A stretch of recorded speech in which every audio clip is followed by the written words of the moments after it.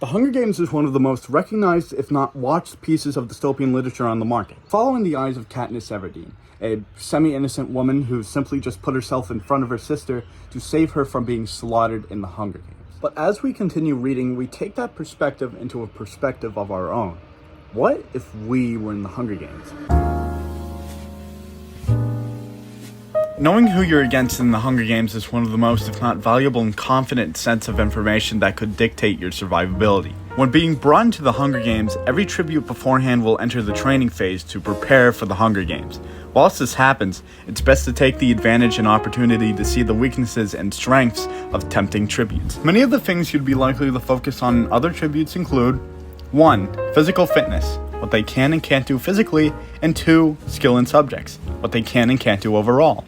This includes the basis of tools. Although these are vital things to remember, be sure to train in your own time.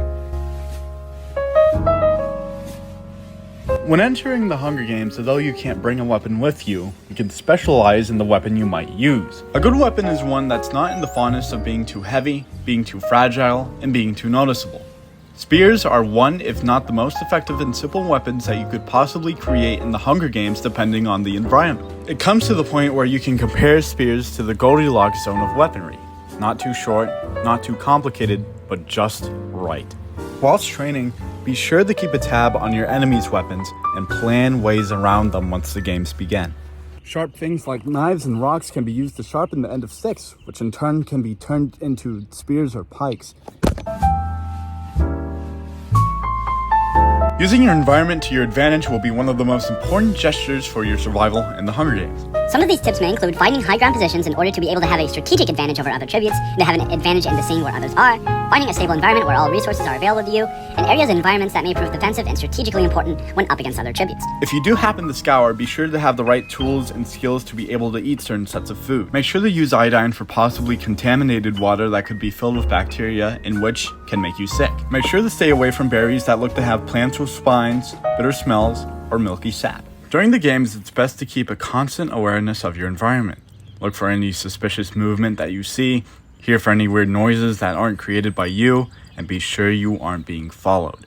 Using your environment to your advantage is one thing, but creating campfires is one of the hugest red flags in the Hunger Games. Starting a fire can send those plumes from the fire into the air and reveal your exact location, but what they can't be used for is distractions.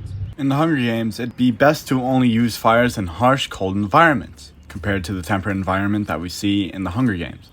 Creating fires can be started by creating a fire ring made of rocks with sticks in the middle, building up tinder, and then lighting the fire by using a string and a stick to rapidly spin against a wooden surface and creating a hot surface in turn. However, 2 sticks of metal, a lighter, or a match would work either way. Before and after the Hunger Games comes reputation amongst the public. Openly, it's best to keep a strong but niche and simple intent to yourself. Enough to keep you intimidating, but enough to give you sponsors and support from on-viewers and watchers. Be sure to manage a good relationship with your partnering tribute, but in the end, it's either you or them. Upon winning the game in turn, following these essential tips will help you gain a large advantage and win the game openly. As long as you remember to stay resilient and never give up.